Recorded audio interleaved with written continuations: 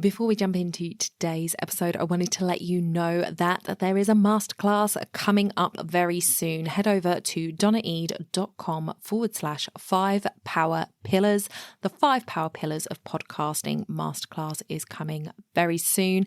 Check that link for all the details. All the details will be in the show notes as well. That is donnaeade.com/5, the number 5, power pillars, all one word. Let's jump into the show. You're listening to the Mindset and Action Podcast, the place to be to grow and streamline your business. I'm your host, Donna Eade. Let's jump into the show.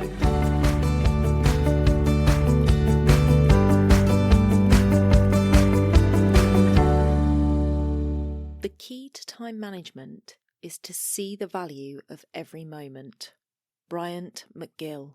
Welcome back to the podcast, everybody. I'm really excited to have you here today for this episode. If you listened to Monday's Mini Mindset Monday with Viv, you'll know that we were talking about time management. And today I want to give you some practical advice, tips on how to handle your time management going forward into 2025. I know we're all kind of in a bit of a reflective period right now. We're coming to the end of a year. A new year is going to be beginning, and although I don't go in for the business goals being set in December for January, it is really hard to get out of that habit of feeling like a new year is beginning. And it's only the month. That is all that it is. Is this a change in month? But the weather really does say we are supposed to be in hibernation right now. And I don't know about where you are, but currently where I am, we have had snow this week at the time of recording. So it is looking like a proper wintry Christmas season this year. So fingers crossed for that. However, it is very hard to kind of start looking. It's easy to create the goals, but very hard to start implementing them in January, February, March, when the weather is still so cold and gloomy. And so if I can help you in some way with some time management skills, techniques that you can put in place that might be able to help you when you get into those slumps in those first few months, if you are somebody who does do your goal setting in December for the year, then this might help you. So we're going to jump into it. I think it is really important to look at this from a number of perspectives. So we're going to be looking at it in terms of, things that you can do, but we're also going to be looking at it in terms of, why we might be faltering when it comes to doing these things as well. So we're going to kind of have a look at it from two sides today. So the first thing that we need to do when we are looking at managing our time is we have to do a time assessment. We have to actually see what we're doing with our time. And this in itself can be a challenge, because if you are somebody who struggles to find the motivation to sort of sit down at the computer and start working, when you do start working, you're in the zone and you go, and before you know it, all the time's gone, but you've been working. And so you just the habit of tracking what you're doing is very difficult. So this might take you some time. So try and do it sometime between now and when you break for Christmas. Try and take a day where you literally catalogue every single thing you do. Whenever you change task, you jot it down. And I would recommend just having a notepad and pen set aside on your desk specifically for this, so that when you change, you can just do it. Because if you do that, you're much more likely to get it down than if you've got to go and find the spreadsheet that you're using on your computer somewhere and do it. If you've just got to pick up a pen, write it quickly, that is probably going to be your best bet. There are apps out there. If you want to use an app like Toggle on your phone, you can do that. Some of them cost, some of them are free. You'd need to do some research. Pen and paper works perfectly well for this little time audit that we're going to be doing. So you need to do it at least for one day. If you can do it for a couple of days, so that you've got kind of a a better overview of the things that you do throughout the week on your business and where you're spending your time across the days, that's going to give you an added advantage when you come to evaluating where you're perhaps wasting time or how it is that you are utilising the time that you have. So that is the first thing that we need to do. We need to really do a time audit and track it and see what's happening in our business. Then we can make some decisions, because we can look at it and say, oh, okay, actually, it's not as bad as I thought. I'm actually getting quite a lot done and I am focusing on the things that are important. Or it's going to highlight that actually there is a lot of time that's being wasted on things that you don't need to be doing. So that's really important. Then we want to look at the Pareto principle. The Pareto principle. There you go. Getting my P's all mixed up. So the Pareto principle is that what you do 20% of the time is going to yield 80% of your results. And if we are to assume that that is the truth of the matter, then that means if you work 5 days a week, then it's actually the work that you do in one day that is actually having the biggest results.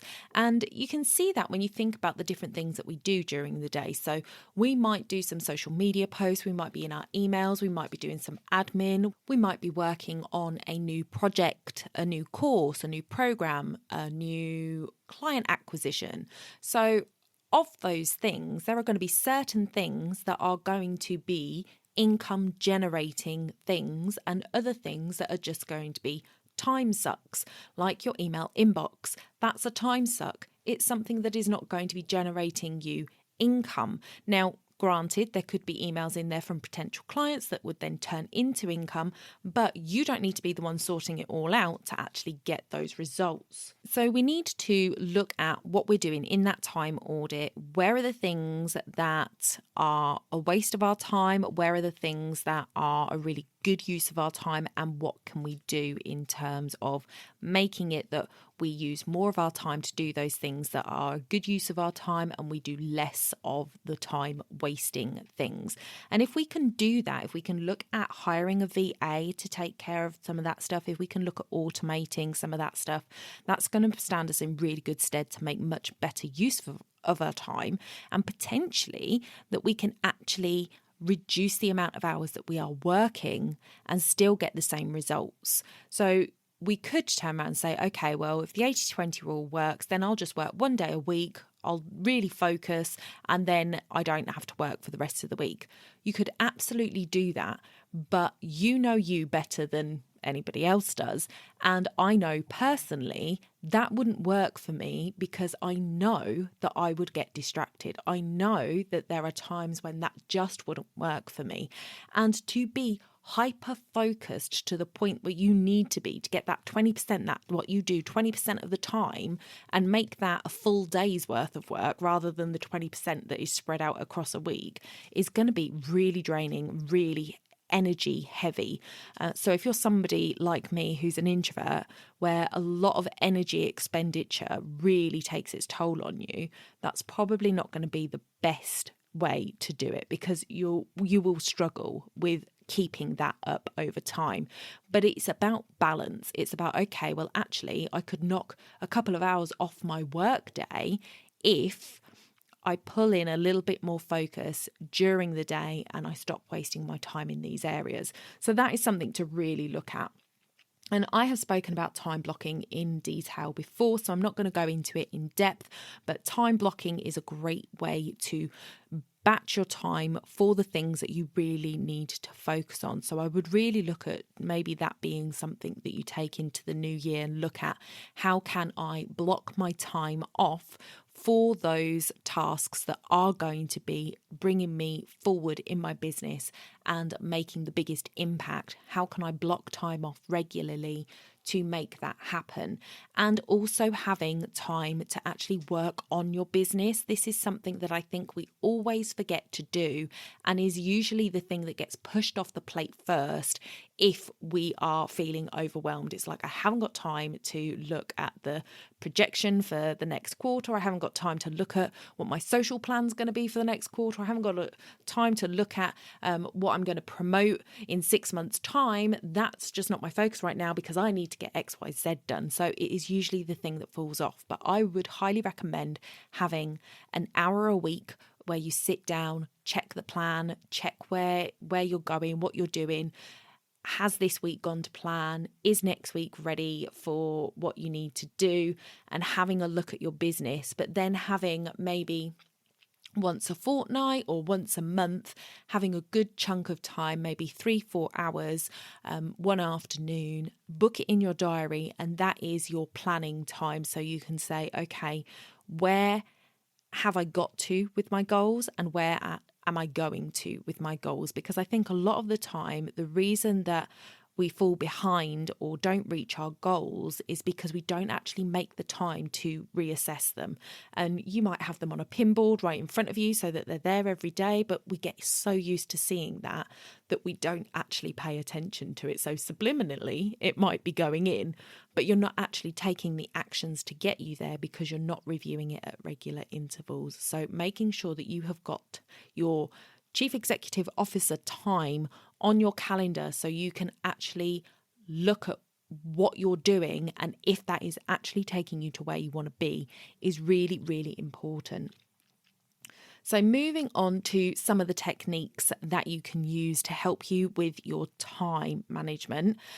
Batching, you know I am a big lover of batching. Batching is your friend. If there are like-for-like tasks, if you can batch it, it is something is just going to change your world, really, because it just takes so much energy out of it. So I like to use podcasting as an example because it's obviously something that I do on the regular. But when I show you my setup, and if you have followed me on socials, you will have seen how I set up for a podcast. I bring in 2 of my massive cushions off the back of my sofa because they're all loose cushions, and I put them either side of my microphone. I put a blanket underneath in the middle, so that's under my microphone, and I wear something woolly and warm, and I've got cushions around me, and I bring all that in. My office looks an absolute state, and I certainly couldn't do any regular work in here while I'm set up like this. It does, and it takes me, good 5-10 minutes to get it all set up. If I was to do this every single time I had an episode to go out, it would take up so much time because there's the setup and the pull down. That's at least 20 minutes every time. So if I do that for every episode, say there's 10 episodes, 20 minutes times 10, that's 200 minutes. I'm not going to convert it into hours. I haven't got the brain capacity to do that. But 200 minutes that it would take me to do 10 episodes just with the setup. Yet if I batched 10 episodes, it would take me 20 minutes to set up and take down. You see, so all of that time is saved, and I would then get 180 minutes back if I've calculated right. And that is time that I could do other work. Yeah. So if you can batch like-for-like tasks and keep on just doing that one thing over and over again until you've got a good batch done, you are going to save yourself time in the long run. And that could be writing blogs, it could be podcasting, it could be creating videos. I know a lot of video creators that batch their content because it saves them time. It enables them to get it to their editors so that their editors have a bit of extra time to work on them and stuff. So it really is something that can save you a lot of time personally, but can also help with the production line depending on if you've got help. And I would say that with blog posts, with podcasts, with videos, there is definitely help you could get on that as well. So depending on whether you want to edit or not yourself, you could have it that somebody is doing your show notes for you. So if you could batch them 10 episodes and get them edited and say, here's the raw, the audio for it. This is what I said. Write me some show notes for these podcast episodes, or you give them the transcript or something, or you want to do it via AI. You have that ability to do that and knock that out so much quicker than if you were to do it one at a time. So it's really good at saving time. The next one is the 2-minute rule. So that is if a task takes less than 10 minutes, do it immediately. Now, this is a really good one, but you have got to make the time for this in your diary. So you've heard me talk about time blocking before. We mentioned it a little while ago. However, one of the things that I do talk about in there that I would like to bring up again is the white space. So what white space is time where there is nothing booked in your diary. So I've spoken before about how I have white space on a Friday afternoon. It is my time to catch up on anything that I haven't got done during the week. But my aim is to actually have everything done so I can take Friday off. So Friday morning is kind of a work morning. I try and keep it quite light. I try and have everything done by Thursday night, really. And then I have white space on Friday afternoon. So the idea is that if I do have anything to do, I will get it done in the morning, and then the afternoon is mine to do with what I want. So what you can do is you can also have maybe an hour blocked every day that is white space. Now, this isn't an hour that you're going to get to go and do something you want to do. It's not an hour that means you get to finish early, but it's an hour for those bits of time that get lost through the day. So generally speaking, people forget to block out time on their calendars for checking their emails or doing their banking or, these different things that catch our attention that are like 2-minute tasks that we don't actually factor in, and they can put us back and behind. So if you put yourself an hour at the end of the day that's white space on your calendar, and then you're doing your 2-minute tasks as and when they come up, and you're just kind of keeping an eye on that, then you have that extra hour at the end of the day if you need to claw it back to finish something. So if you are getting pushed back a little bit by these 2-minute tasks, you need to respond to an email, or you need to just finish off a project plan, whatever it is, there's something that you need to take from one file and put in another so you don't forget where it is. All of those little things are like 2-minute tasks that you need to do then and there, because they're tiny little tasks that can get done really quickly. And they're usually things that could really trip you up if you don't do them when you're thinking about them as well. So if it's a task like that, you just have to get it done because you know you're going to forget. It's really important to get it done. But give yourself an hour a day where that's where that time comes from. So you can always continue to work through that hour at the end of the day if you haven't finished the project stuff that you wanted to get done. But if you have, and you've done your 2-minute tasks, then amazing. You can have that hour to do something for you. But really important to block in that time for those things that, take time that we never really count for when we're looking at our time. And then technology is a great way to manage your time. So if you are not a technophobe, and even if you are, I would say there are so many useful resources out there that it is worth taking the time to actually learn because of the time it will save you in the end. So really have a look at that. What can you automate in your business? And this would be a good thing to do along with your time audit, is to go through that time audit and go, okay, how many of these things could I have automated?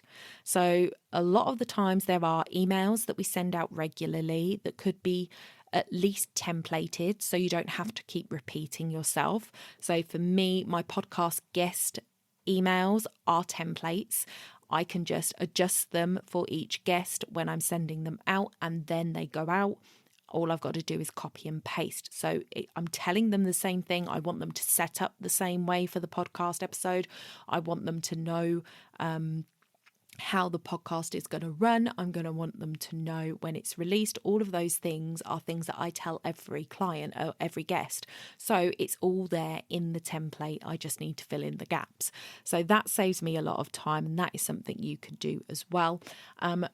Weekly emails. If you don't have weekly content like a podcast or a video or a blog, one of the things that you can do and make your weekly content is your email.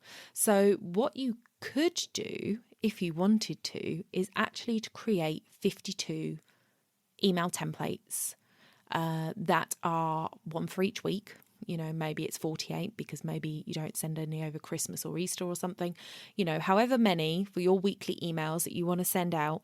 And you could literally write those 52 emails, and you could get the help of ChatGPT to help you do that, by the way. And they could just go out once a week, every week for the entire year. And then when January 1st rolls round, you just start back at email number 1. Why? Because not everybody reads your emails. You are going to have new people on your email by the time a year has rolled round. Your email list will have grown, so there will be different people that didn't hear those first ones. And what you can do is really pull into your core knowledge and what you want people to know. So, for example, if you are a nutritionist, there are definitely 52 things that you could talk about over the course of a year that would be relevant every year. So January, what are people doing? They are getting over Christmas. They are looking at making better choices for themselves.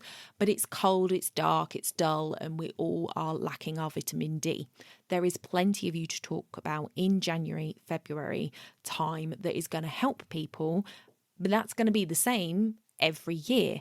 So even if people have read it, they're not going to remember that they've read it. So it's going to apply, and you could do that throughout the year, and all of those emails are going to be relevant, and they're going to keep you in somebody's inbox and keep them ticking over with you. It could be that something specifically happens that you want to add in to the email that's a timely thing that you could go and add into the bottom of that email. And once it's been sent, you could go back in, take that out.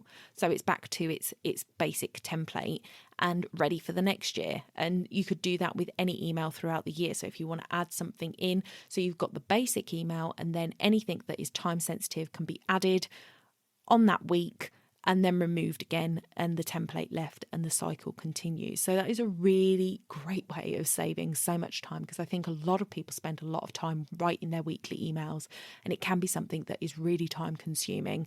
But it doesn't have to be, brand new content every week, every year.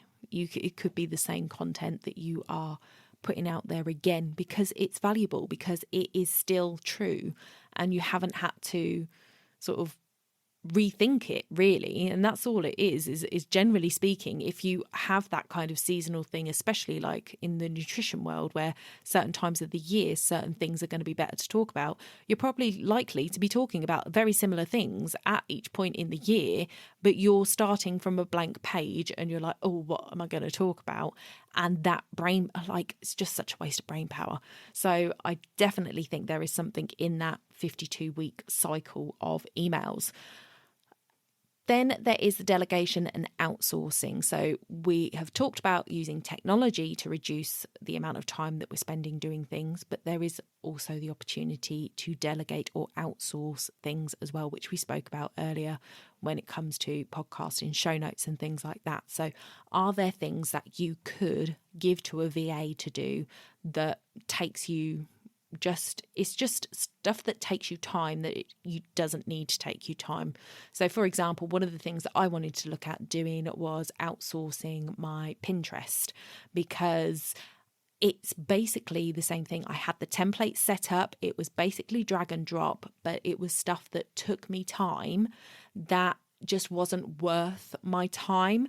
So if I could have paid somebody else to just drop the title onto the pin, drop the pin onto Pinterest, do the little description and add the link in, that would have saved me a lot of time, would have given them a couple of hours of work, and would have had my podcasts going up all the time on Pinterest. Instead, I've kind of let my Pinterest go, guys. So that was something that I was talking about earlier in the year. I was going to come back and do a full episode on, how it was going. Well, I was very consistent with it for at least 6 months. 6 months, I want to say. I was very, very consistent, and it just wasn't picking up at all. So I don't know what I was doing wrong. I might have to have a conversation with a Pinterest expert, see what I was doing wrong, but the stats just weren't improving. And at one point they went through the floor, even though I was still uploading 2 to 3 pins a day. It went through the floor. Then it creeped back up a little bit, but it never really recovered. So I was just I was up to about 2,000 views, I think, a week. And then it just plummeted to something like 500. And I was like, what? And then it crept back up, never really broke 1,000 again. And then I kind of fell off the wagon with it. So that's a brief overview of Pinterest, but that would be a great reason to have somebody else do it because the consistency could stay there. But obviously that's got to be a budget thing. But there are certainly other things in your business that you might think, actually, it would be better to outsource this. So potentially your inbox, that you could have all of your emails come through to one inbox, which your assistant would filter out ones that you actually need to reply to, ones that are just spam or, promotion or, aren't relevant for you. And that's a bit of trial and error. You want to make sure that you're checking that up in the first instance for the first few weeks or something, and make sure that they're not getting rid of anything that is important to you. So you need to have some sort of system for that, where they could put them in folders, perhaps things that you need to look at, things they don't think are important, and things that they would immediately delete. And then you could just check through those for the first couple of weeks and just make them aware of anything that you do need to see. But again, that's a trial and error thing, and it's a cost thing. So you need to look at what the budget is for that. So next I want to talk about something that can be a big issue for a lot of people when it comes to their time management, and that is a procrastination station. This is one that I suffer with a lot, and it could be because I'm a little bit neurospicy. I mean, I've not been diagnosed, but there are certain things that would definitely put me there somewhere. And I have done some of the online, sort of the NHS online things that say that, yes, I would be a candidate for it. So definitely that plays into it. There are times when I will get into a project and I just go, and I've lost 3 hours and got loads done, and it's felt like 2 minutes. And then there are other times where my brain is just like, I just don't even know what I'm doing. I'm kind of flailing around from this app to that app. I'll just go over here onto Facebook, what's going on over there, and I just have absolutely no idea what I'm doing myself. Even if I've got it blocked in my diary that this is what this time is meant for, I'm just like, I don't really want to do that right now. And it just, that's kind of what I deal with on a weekly basis. So I understand that procrastination is a real thing that can really hinder people's advancement in their business.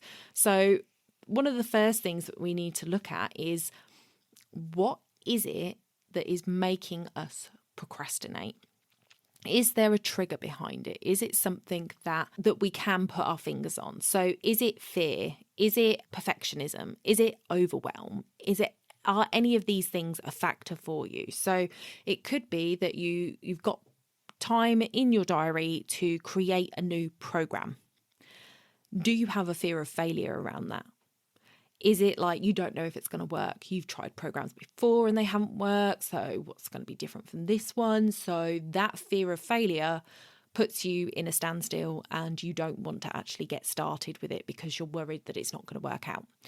Is it that you've just got an awful lot on your plate right now, and even though you know that you're supposed to be doing this one thing, you are so overwhelmed with everything that needs to be doing, you're kind of frozen in that fear state of, I can't start anything because I just don't know? Or is it something that is just like, you can't get it quite right? You want to put something out, but it's not quite right, and therefore you've kind of got yourself frozen because you don't want to keep trying and failing at getting it right in your own mind. All of these things can keep us stuck and therefore procrastinating when it comes to our businesses. So it would be really good to understand the why before you try and fix the problem, because if you don't know what the problem is, and this has been very prevalent in my health journey, which I will definitely talk about at some point, but if you don't know what the actual root cause of the problem is, often the solutions that you come up with are just band-aids that aren't going to help you in the future, because it's not really getting to the root cause of the problem.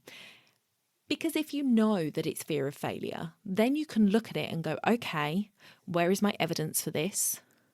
oh, there isn't any because I've never done this before. So how would I know that this is going to fail? Just because that failed doesn't mean this is going to fail. You can kind of start to work on the mindset element of it.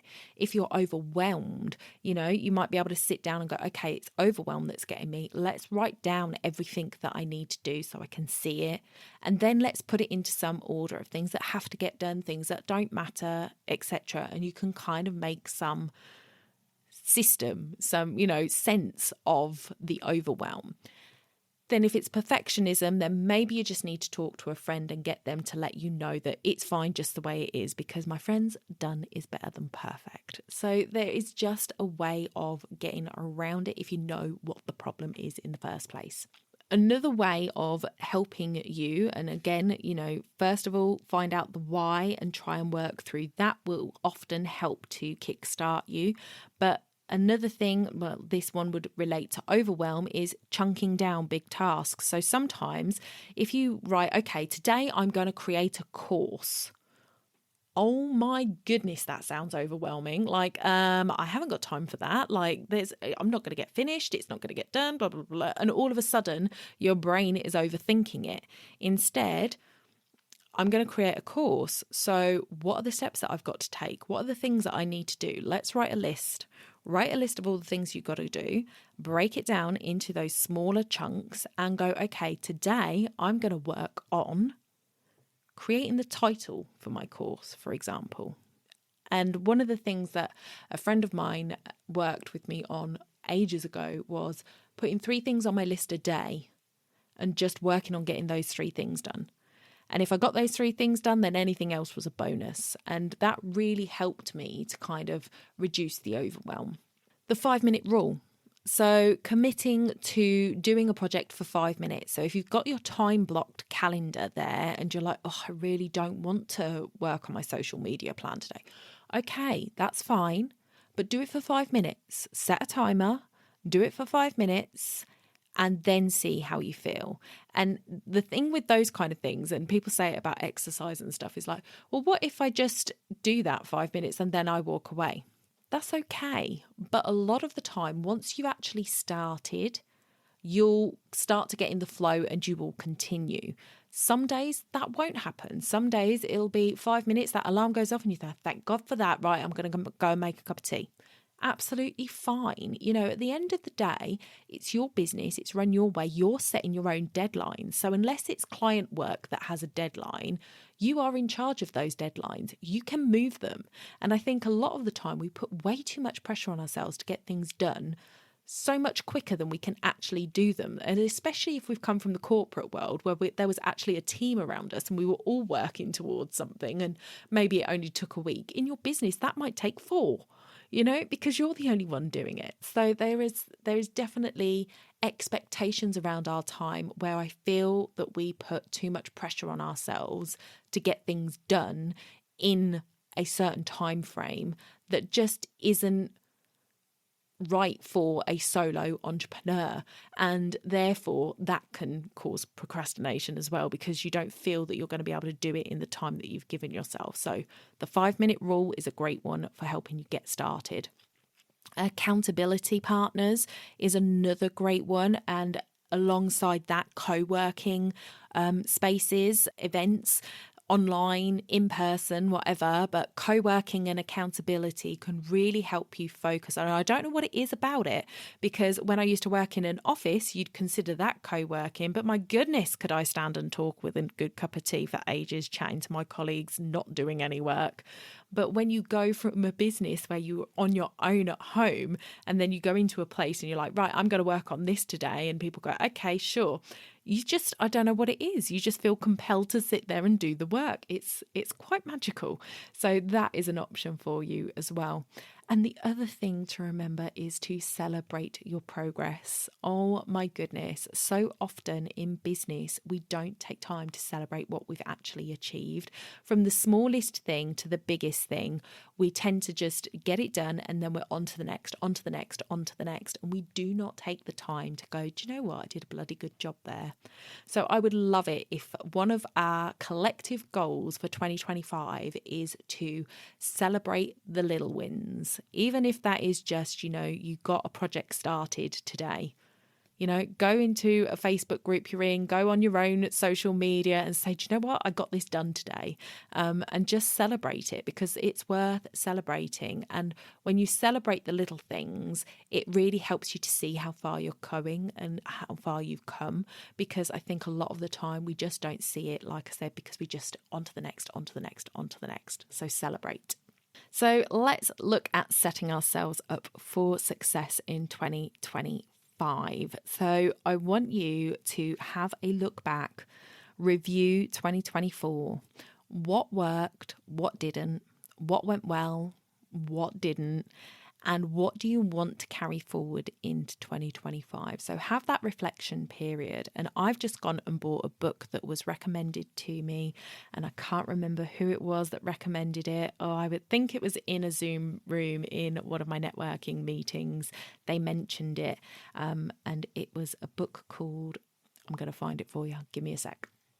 It's called Your Best Year Yet, and it's by Ginny Ditzler. Ditzler. Ditzler. Whoever mentioned it to me, if you're listening to this, I apologise that I can't remember, but I do believe it was in one of my breakout rooms in a networking event that I was in. She recommended that she's done it a couple of years, and I bought that book.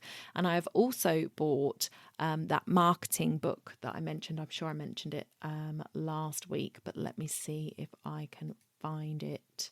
I will link both of these in the show notes for you as well, guys, so that you can have access to them.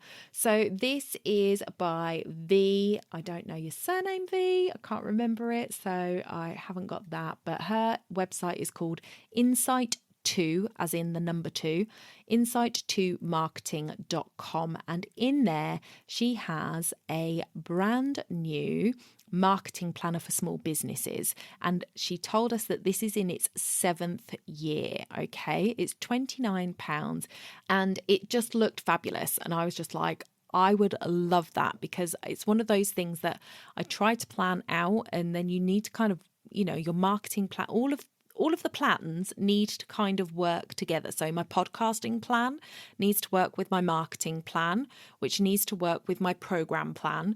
And they all kind of need to work together. And I don't really have anywhere where I kind of write it out together. So I thought this book might well help me. So those two books together, I'm going to be taking some time over the Christmas period to work through them and get it planned out. So I will link both of those for you in the show notes, because they may well be something that you would like to do. And then it's setting realistic goals. So going back to the fact that we often don't account our time properly as solopreneurs and think that we can get more done in the time than we can, and then often feel like we've procrastinated even when we haven't, because we haven't got as much done as we thought we should. It's a minefield out there, guys. But setting realistic goals. So whatever amount of time you think something's going to take you, maybe double it, and see how you get on and see if that is more realistic. But give yourself those realistic, smart goals that, we've all heard been talked about to death. But it's really important that we actually set the goals out that we can achieve, because that's part of helping motivate us to move forward. If you've set unrealistic goals that you're never going to reach, and this is why it always bothered me when people will, I'd say like, oh, I just want to hit X amount per month, and they would be like, why only that much? Why not 10k a month, blah blah blah blah blah. And I'm like, because that's just never going to happen, is it? Like, from where I am now, that's never going to happen. And, people could say that there's my mindset around there, etc. But in reality, when you look at businesses, there is growth that happens from 0 to fully established. There is growth. And yes, there are people out there that start a business 1 month and then within a year have hit the $1 million mark, but that's not everybody. That is a very, very small percentage of people that hit on something that just happens to work, and then they sell their programs on how you can do it too, which to me isn't, I'm not going to go into that. We're going to go down a dangerous rabbit hole there. But my fact is, I know that there is no point in me setting a 10K a month goal, because even if it was possible, my mindset isn't ready to believe that that's possible. So therefore it wouldn't happen. So you've got to set realistic goals for yourself that are based on where your comfort zone is, pushing yourself just outside it. Because definitely, for example, if I was making 2K a month, setting a target to hit 2.5K a month and a stretch goal of 3K a month is much more realistic than saying I'm going to go from making 2K a month to making 10K a month. Now, by the end of the year, could I take it from earning 2K a month to earning 10K a month? I expect that would be absolutely possible. But it's not going to happen in 1 month, So you've got to make the realistic goals for where you are based on your knowledge, your feelings, your interpretation of how the year's going to go and how often you're going to set these goals. Because is this a goal for the year, or is it a goal for the next couple of months, next quarter, the next 6 months? You've got to make those calls. So make sure that they are smart.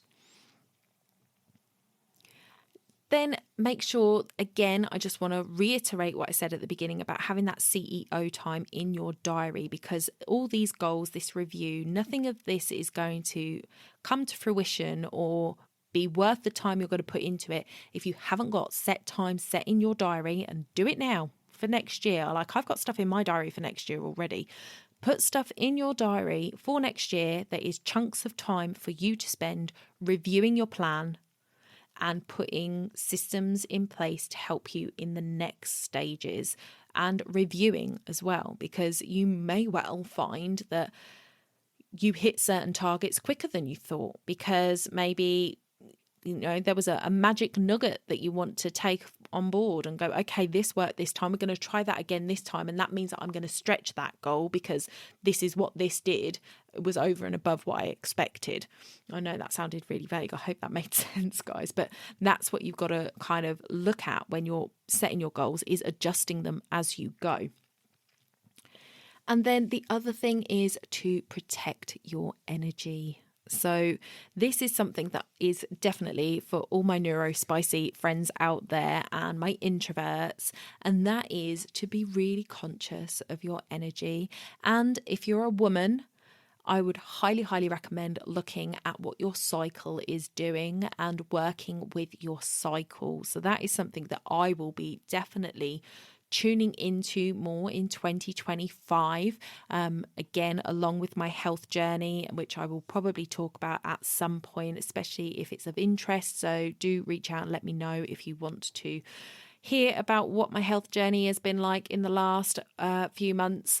But I have come off of my birth control, come off of HRT.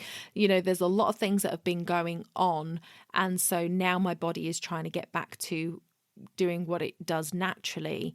And I have been listening to a lot of stuff with regard to working with the lunar cycles, working with your menstrual cycles, and it is really important as women that we understand that our hormones are going through shifts on a weekly basis. And for men, they go through their hormone cycle within 24 hours. So they are, they might be grumpy in the morning and really effective in the afternoon, and that's pretty much going to be them every day. Whereas we might be really grumpy for 1 week of the month and really hyper productive in another week of the month. And then there's 2 weeks that are kind of a bit meh. So it's like really important for us to monitor your energy with your cycle, see what is working for you, see how that is playing a role. And then what you can do is you can map it out over the year. Okay, do you know what? In the week before my cycle, before my period starts, I don't want to book any meetings in that week. That week is not a meeting week because I just feel so lacking of energy. I haven't got enough to give. But the week after my period, that's the week where it really works for me. Have a look at that. and see, because you want to be balancing your energy as much as possible. At the end of the day, one of the big things that we are doing here with our businesses is trying to create a life we love, not create a headache for ourselves. And I think a lot of the times we kind of come into business with this rosy glass half full idea of what business is going to be like. And then when we get in it, we're stressed, we're flustered, we're overwhelmed, we're feeling exhausted all the time. And it's like, that's not what we signed up for. So we have to kind of reel it back and look at what's important to us, who's important to us, and where we want to be spending our time. So anything we can do, and this could be a pull for some people, is actually, I want to be there for my children's activities and I want to be there for my family at the weekends. So therefore, I have to make better use of the time when I'm working. So have a look at that. Go back and listen again if you need to some of those tips. Have a look at when you are going to sit down and plan your 2025. Make some time for it. I know that there are people that actually take themselves off for a couple of days, not in their house, like off somewhere else, to actually go and do this kind of planning so that they're in a fresh environment. If you haven't got time to do that, then maybe work from a different room on this. So if you're always in your office, maybe go and sit at your dining table and plan this out so that you've just got a bit of a different environment, so it puts you in a different frame of mind so that you can set yourself up for a really successful 2025. Next week, I have a guest coming on the show. Her name is Diane Watson, and we're going to be talking about personal finance. So that is another big one for, obviously, when we're looking at our money and what we want for it and what we want to do with it and, you know, how we can look after it. So she's going to be talking to us all about that. She is the author of the She Can Prosper book, and I'm really excited for you to hear that one. And then I've got a goal setting one where I'm, my quarterly goal setting one where I'm going to review my goals for the last quarter, set some goals for the next quarter, and then we are into the Christmas holidays, guys. So it's coming around really quick. That's it for today. I'll see you again in the next one. Bye for now.